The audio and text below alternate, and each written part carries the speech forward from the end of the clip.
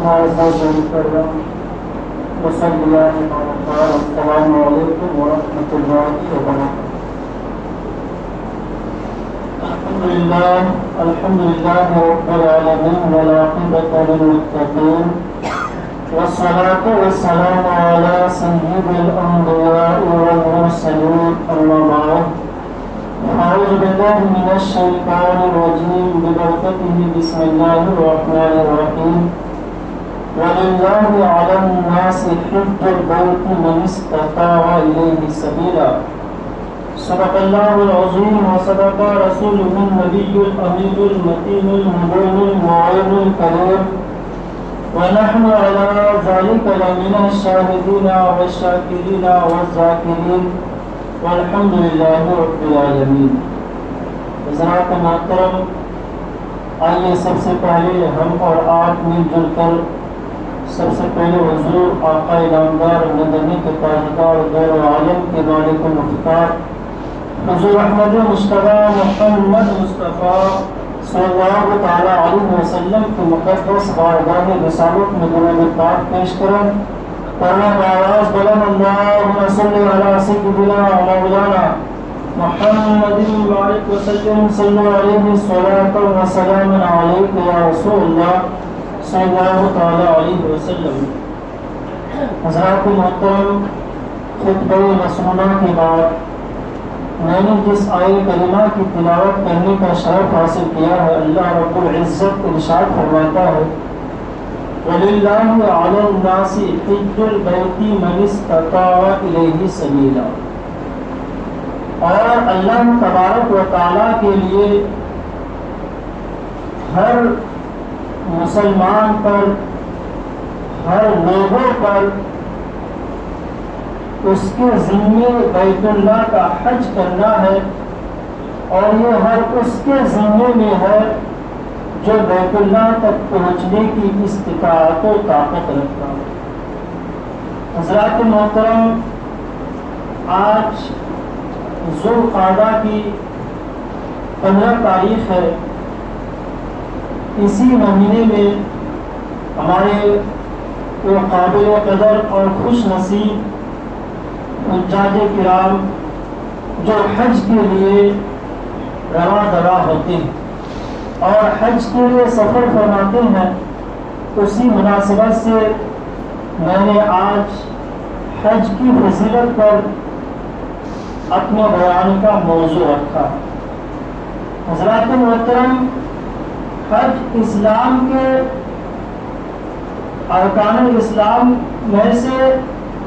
5واں اہم ترین رکن ہے،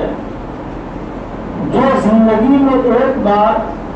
ہر اس عاقل بالغ مسلمان پر فرض ہے جو بیت اللہ تک پہنچنے کی استطاعت و طاقت رکھتا۔ حج کی فرضیت کے بعد خود نبی اکرم صلی اللہ تعالیٰ علیہ وسلم نے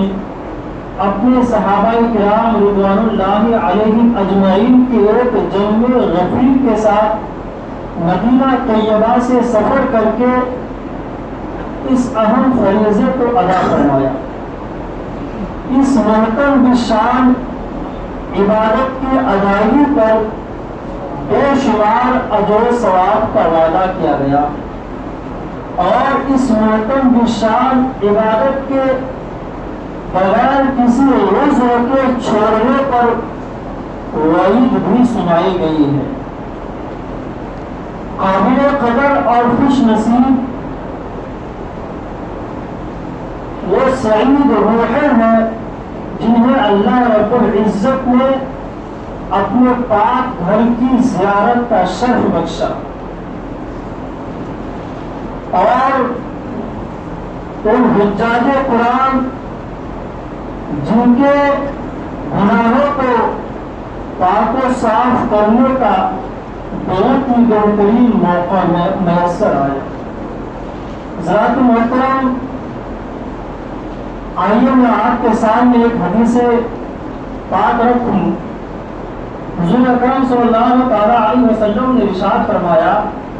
بنی الاسلام علی خمس، شہادت اللہ الہ الا اللہ وأن محمد رسول الله وإقام الصلاة وإيتاء الزكاة والحج البيت وصوم رمضان۔ حضور اکرم صلی اللہ تعالیٰ علیہ وسلم نے ارشاد فرمایا کہ اسلام کی بنیاد 5 چیزوں پر رکھی گئی ہے۔ اس بات کی گواہی دینا کہ اللہ تبارک و تعالیٰ ایک ہے اور حضور اکرم صلی اللہ تعالیٰ علیہ وسلم یعنی محمد صلی اللہ تعالیٰ علیہ وسلم اللہ کے رسول ہے۔ نماز 5 جگانا قائم کرنا، زکوٰۃ ادا کرنا اور بیت اللہ کا حج کرنا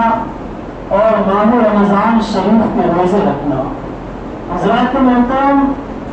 یہ 5 چیزیں ہیں جن پر اسلام کی بنیاد رکھی گئی ہے۔ آپ ذرا غور کریں تو آپ کو معلوم ہوگا کہ جب ایک کمرہ یا ایک حجرہ کا وجود ہوتا ہے، ایک کمرہ بنتا ہے یا ایک حجرہ بنتا ہے، تو ایک کمرہ جس کے 4 ستون ہوتے ہیں اور اس کی ایک چھت ہوتی ہے، یہ 5 چیزیں مل کر ایک کمرہ وجود میں آتا ہے، ایک حجرہ بنتا ہے۔ اسی چیز سے تشبیہ دی گئی ہے اور فرمایا گیا ہے کہ اسلام کی بنیاد 5 چیزوں پر ہے۔ پہلا، توحید کی گواہی دینا اور رسالت کی گواہی دینا، اور کلمہ طیبہ پڑھ کر جب آپ مسلمان ہو گئے تو پھر آپ پر نماز 5 جگانا کا ادا کرنا، پھر سال میں مالک نصاب ہونے پر زکوٰۃ ادا کرنا، پھر صاحب استطاعت بیت اللہ تک پہنچنے کی استطاعت و طاقت رکھنے پر زندگی میں ایک بار حج ادا کرنا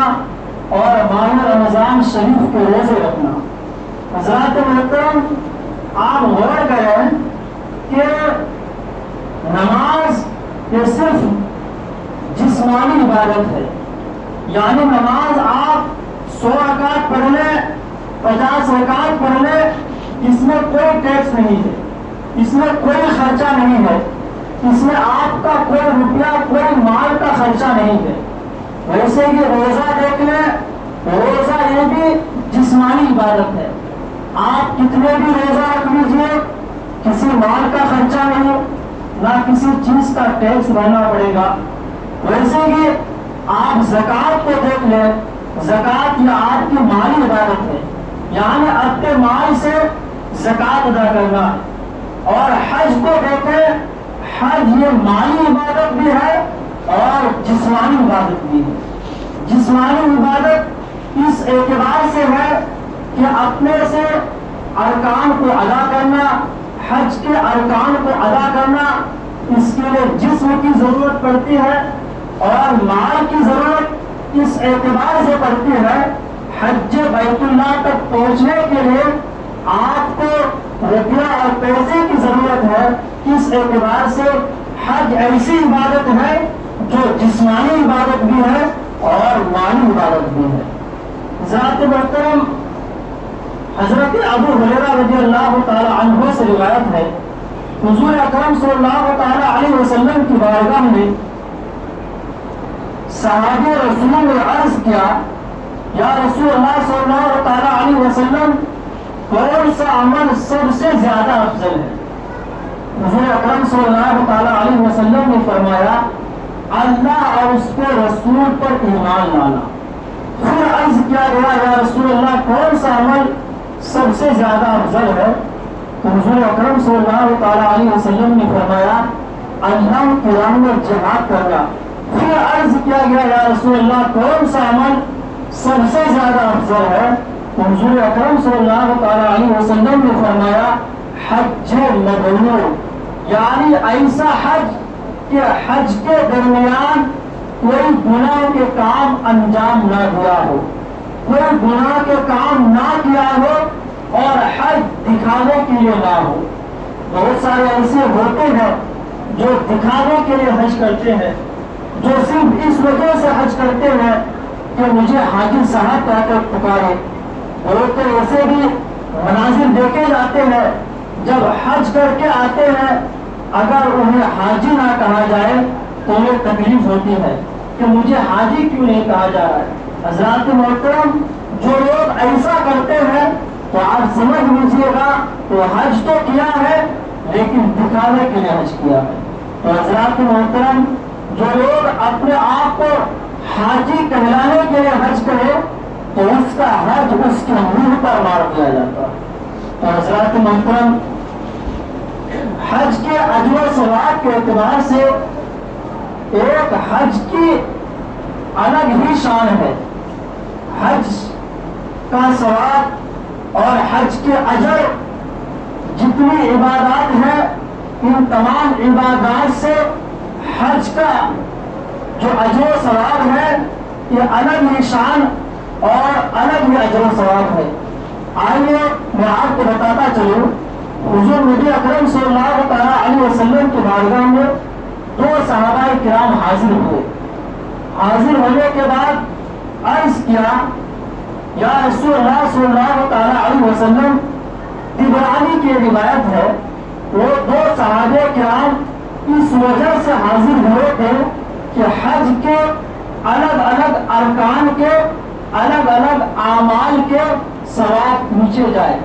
ثواب پوچھنے کی غرض و نیت سے حضور کی بارگاہ میں حاضر ہوئے۔ حضور اکرم صلی اللہ تعالیٰ علیہ وسلم نے ان کے سوال پوچھنے سے پہلے حضور اکرم صلی اللہ تعالیٰ علیہ وسلم نے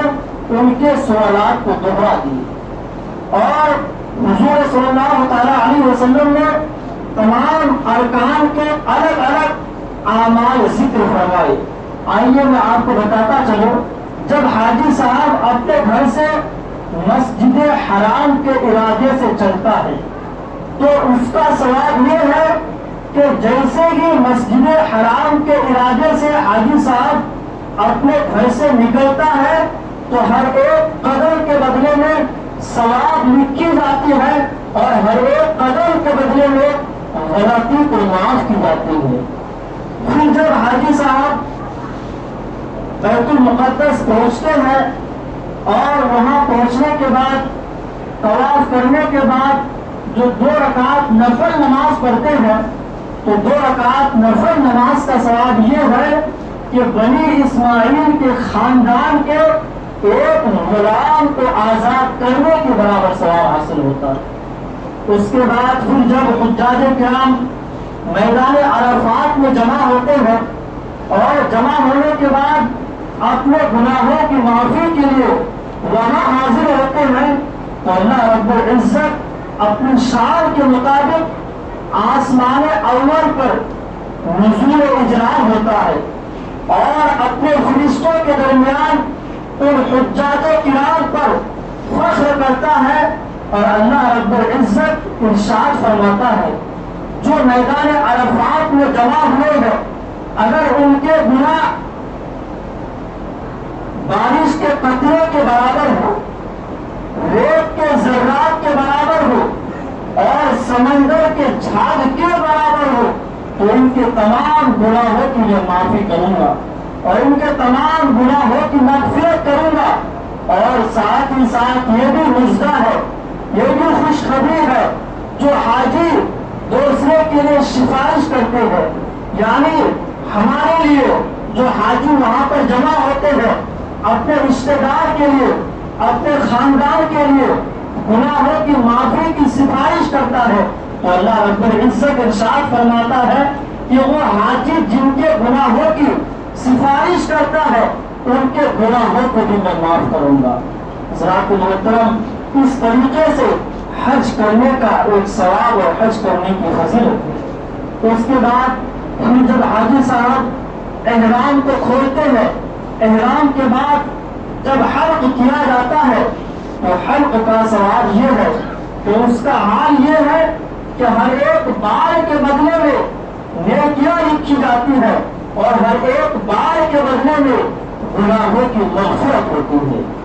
پھر جب شیطانوں کو کنکری مارنے کا باری آتا ہے تو شیطان کو جب کنکری مارا جاتا ہے تو ہر کنکری کے بدلے میں ان کی بڑی بڑی گناہوں کی مغفرت ہوتی ہے۔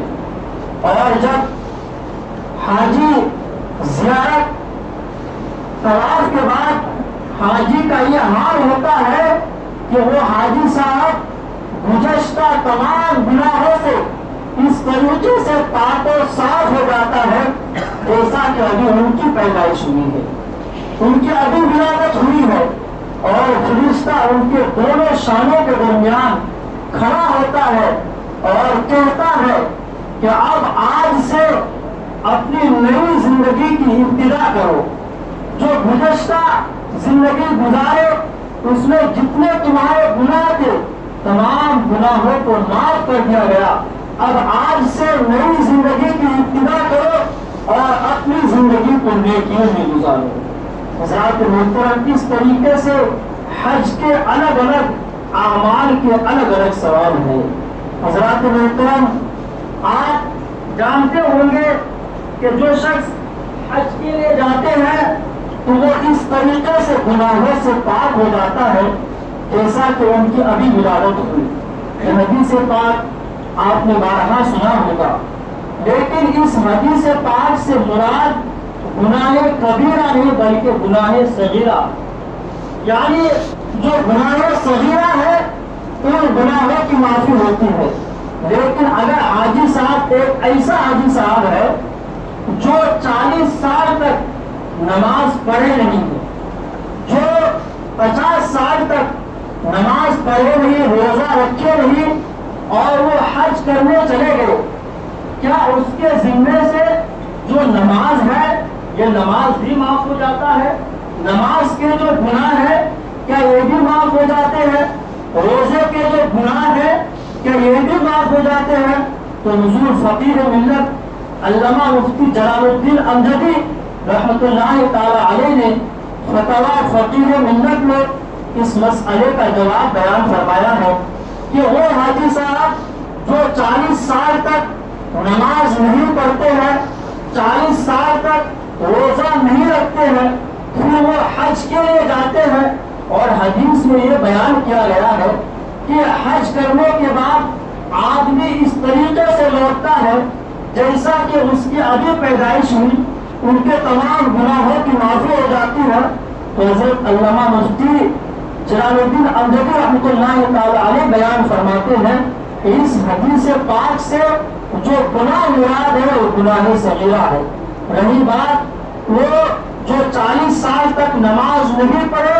نماز اگر ان کی قضا ہو گئی اور اس طریقے سے ان کی وفات ہو گئی تو نماز کی ان کو سزا دی جائے گی، نماز کی سزا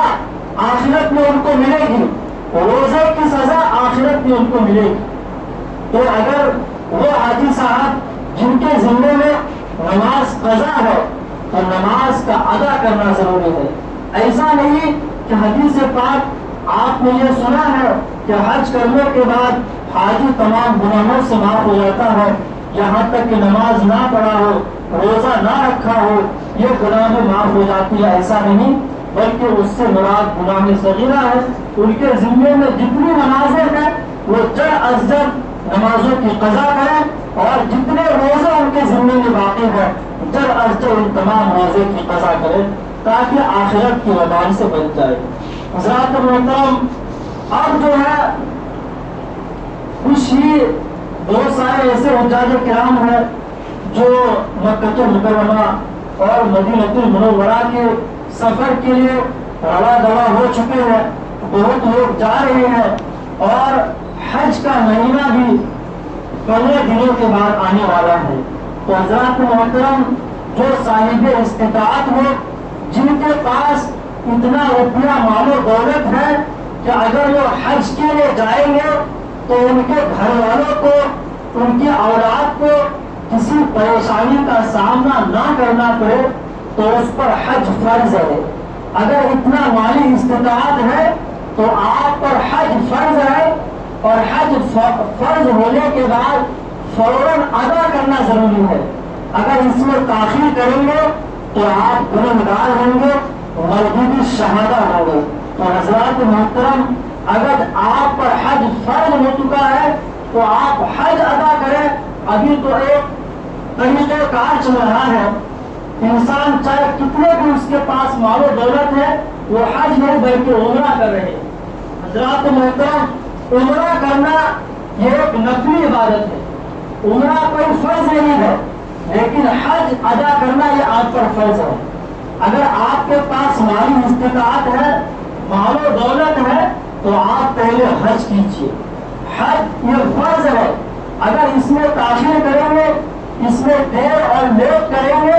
تو آپ گناہوں کے مستحق ہوں گے، آپ گنہگار ہوں گے،